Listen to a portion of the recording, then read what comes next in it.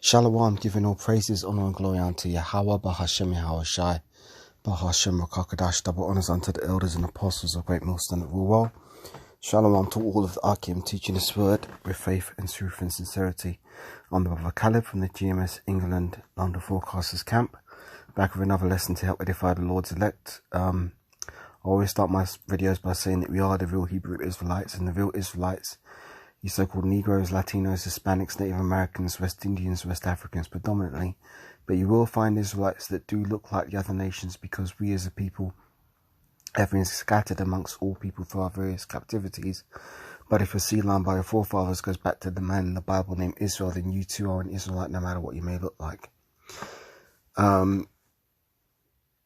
So I'm going to do a lesson here going into Lot and asking the question, was Lot of the elect? So how can we find that out? Well, we can find it out by going into the scriptures and examining the case. So starting with Genesis 11:24, it says, "And Nahor lived 29 years and begat Terah. And Nahor lived after he begat Terah 119 years and begat sons and daughters. And Terah lived 70 years and begat Abram, Nahor, and Haran."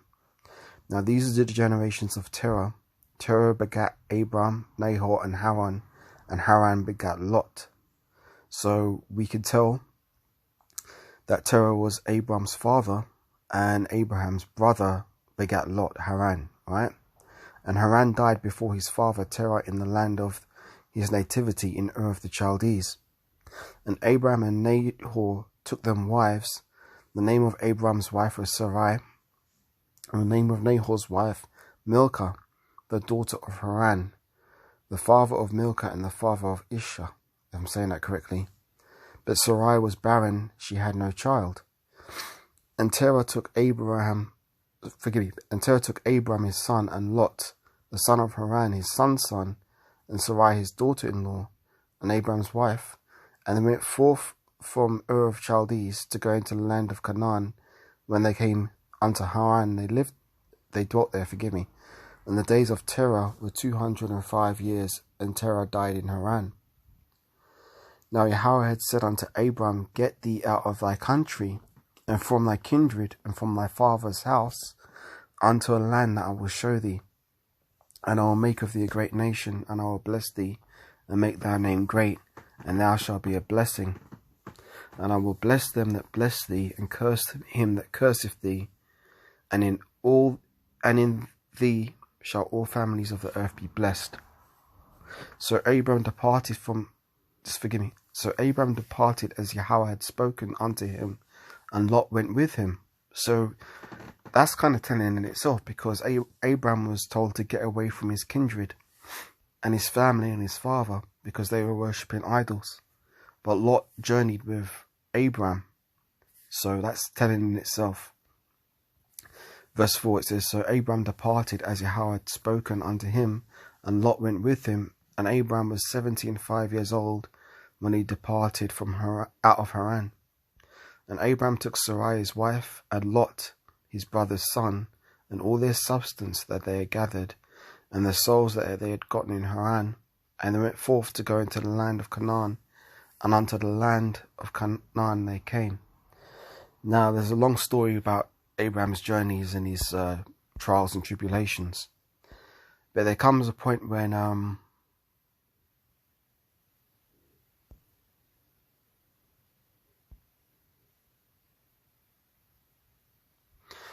Abraham and Lot part ways, not because of any, disagreement as such, but it's just the fact that they had too much cattle for them to dwell in the same land. So there was a point where Abraham said, "If you go left, I'll go right. If you go right, I'll go left." And Lot went and dwelt in the land of Sodom and Gomorrah, and Abraham went the other way. But Lot dwelt in Sodom. And what does it say about Lot when he dwelt in Sodom? Get this precept here, bear with me a second.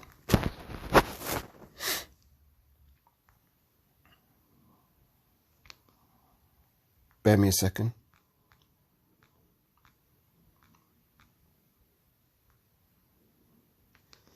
Where are we at?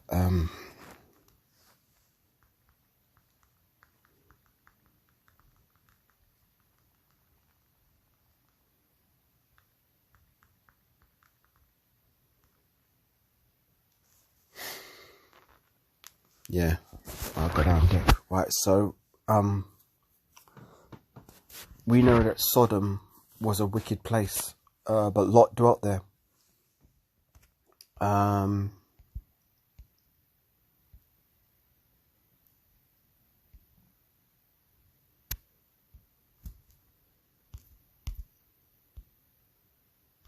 Right, so there was a point when 3 angels came to visit Abraham, and they stayed with him, and they told him that Sarai would bear a child, which would be Isaac.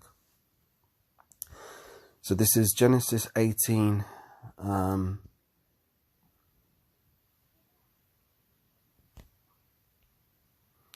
starting at verse 16. Genesis 18 from verse 16. And the men rose up from thence and looked towards Sodom.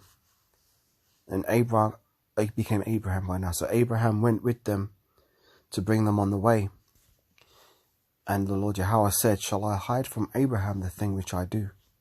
Seeing that Abraham shall surely become a great and mighty nation, and all the nations of the earth shall be blessed in him. For I know him, that he will command his children and his household after him, and they shall keep the way of Yahweh to do justice and judgment, that Yahweh may bring upon Abraham that which ye have spoken of him. And Yahweh said, Because the cry of Sodom and Gomorrah is great, and because their sin is very grievous, I will go down now and see whether they have done altogether according to the cry of it, which has come unto me, and if not, I will know. And the men turned their faces from thence and went towards Sodom. But Abraham stood yet before Yahweh. And Abraham drew near and said, Wilt thou also destroy the righteous with the wicked? So why did Abraham ask that question? He said, Wilt thou destroy also the righteous with the wicked? Abraham asked that question not because he cared about the Sodomites, but because he knew that Lot was dwelling there. Now I'm going to get a quick precept to coincide with this. This is if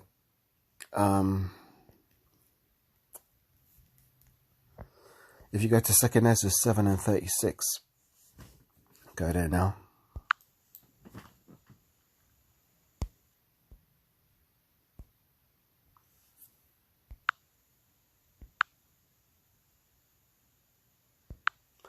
Second Ezra 7 and 36 says, Then said I, Abraham prayed first for the Sodomites, and Moses for the fathers that sinned in the wilderness. So why would Abraham pray first for the Sodomites? Really because he was concerned with Lot. So let's go back to Genesis 18.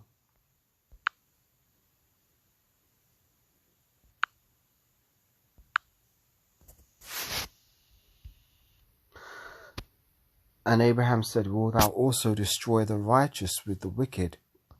So what are the 3 classifications of men? You have the sons of God, who would be considered the righteous. You've got the sons of men, who would be considered the other nations. And you've got the sons of the wicked, which we know to be the Edomites. Now, this is before the descendants of Israel had been established. But Lot was of that righteous, Lot was of the elect, Lot was one of the righteous. How can we tell that? 2 Peter, I just had it on deck here. 2 Peter 2 and verse 8. Go there now.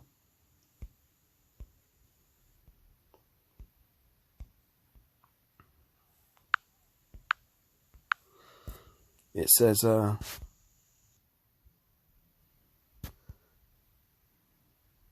let's read from verse 6, 2 Peter 2 and verse 6. And turning the cities of Sodom and Gomorrah into ashes, condemn them with an overthrow, making them an example unto those that after should live ungodly, and delivered just Lot, vexed with the filthy conversation of the wicked. So Lot was vexed about their filthy conversation.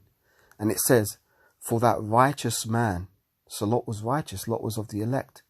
So in that time, obviously he hadn't come through the loins of Abraham at that point. But when he passed away, and when he come back in his, not to use the pun, but when he comes back, he'd be back in his lot as an Israelite. But what about Moab and Ammon, who are Lot's children? Would they come back through the lineage of Abraham? No. The Most High divided the nations. So when Lot had his children, which I'll get into, they became nations unto themselves. But Lot himself, he'd come back through the loins of Abraham as an Israelite. So, 2 Peter 2:6, and turning the cities of Sodom and Gomorrah into ashes, condemn them with an overthrow, making them an ensample unto those that after should live ungodly, and delivered just Lot, vexed with the filthy conversation of the wicked, for that righteous man dwelling among them, in seeing and hearing, vexed his righteous soul from day to day with their unlawful deeds. And it goes on to say, the Lord knoweth how to deliver the godly out of temptations, and to reserve the unjust unto the day of judgment to be punished. Right? So Lot was delivered out of that. But why? Let's go back to the account. Genesis 18. What led up to it? Because why did Abraham pray for the Sodomites? Was he for them? No. But he cared about his nephew Lot, because he knew he was righteous and that he would be caught up in the destruction. Verse 23, Genesis 18:23 says, and Abraham drew near and said, wilt thou also destroy the righteous with the wicked? Peradventure there be 50 righteous within the city. Wilt thou also destroy and not spare the place for the 50 righteous that are therein? That be far from thee to do after this manner, to slay the righteous with the wicked, that the righteous should be as the wicked. That be far from thee. Shall not the judge of all the earth do right? And Yahweh said, if I find in Sodom 50 righteous within the city, then I will spare all the place for their sakes.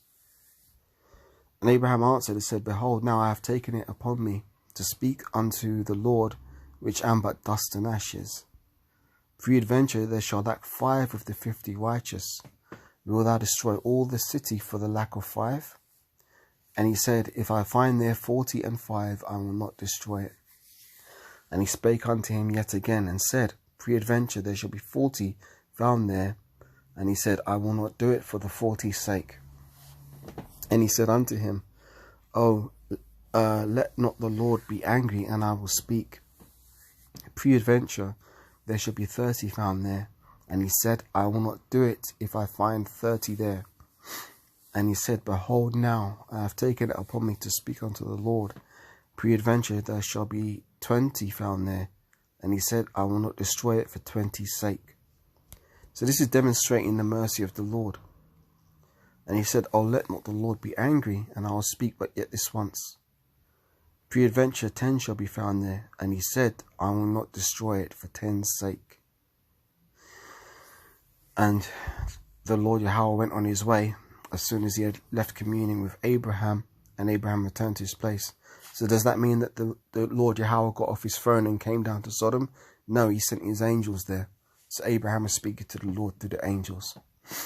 But it goes on to say, if there are 10 righteous souls found within that city, then Sodom and Gomorrah would not have been destroyed.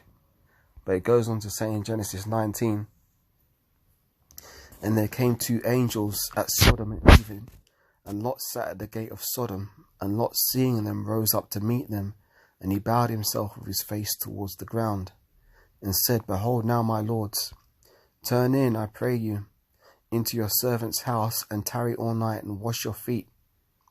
Forgive me, I've got notifications on. And wash your feet, and ye shall rise up early and go on your ways. And they said, nay, but we will abide in the street all night. And he pressed upon them greatly, and they turned in unto him, and entered into his house. And he made them a feast, and did bake unleavened bread, and they did eat. But before they laid down, the men of the city, even the men of Sodom, compassed the house round, both old and young, all the people from every quarter. And they called unto Lot, and said unto him, where are the men which came into thee this night? Bring them out unto us, that we may know them. So these men were so wicked in their ways that they wanted to have sexual intercourse with these angels. And Lot went out at the door unto them, and shut the door after him, and said, I pray you, brethren, do not so wickedly. Behold, now I have 2 daughters, which have not known man. Let me, I pray you, bring them out unto you, and you do unto them as is good in your eyes. Only unto these men do nothing, for therefore came they under the shadow of my roof. And they said, Stand back. And they said again, This one fellow came in to sojourn, and he will needs be a judge. Now we will deal worse with thee than with them. And they pressed sore upon the man, even Lot, and came near to break the door. But the men put forth their hand and pulled Lot into the house to them, and shut the door. And they smote the men that were at the door of the house with blindness, both small and great, so they wearied themselves to find the door. And the men said unto Lot, Hast thou here any besides, son-in-law, and thy sons, and thy daughters, and whatsoever thou hast in the city, bring them out of this place? For we will destroy this place, because the cry of them is waxen great before the face of Yahweh, and Yahweh hath sent us to destroy it. And Lot went out and spake unto his sons-in-law, which married his daughters, and said, Up, get you out of this place, for Yahweh will destroy this city. But he seemed as one that mocked unto his sons-in-law. See, Lot had faith to believe, and what, you know what I mean? Faith is a gift. In order for Lot to believe that the Lord would do such a thing, he had to have been of the elect, because otherwise he'd have been a non-believer and he'd been destroyed with the rest of the wicked in the city.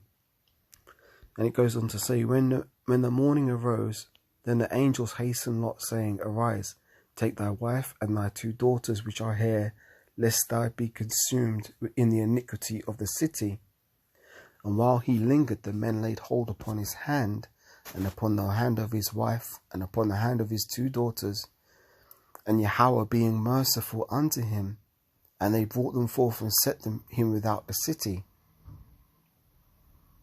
See, because the angels were meant to spare Lot, they couldn't destroy Sodom and Gomorrah while he was still within the city. And it's a similar situation we're in now. When you read in Revelation, you've got the angels that are holding back the winds of destruction until the elect have been sealed in their foreheads. So this is actually quite a deep story in terms of how it connects to what's going on in the spirit on the earth right now.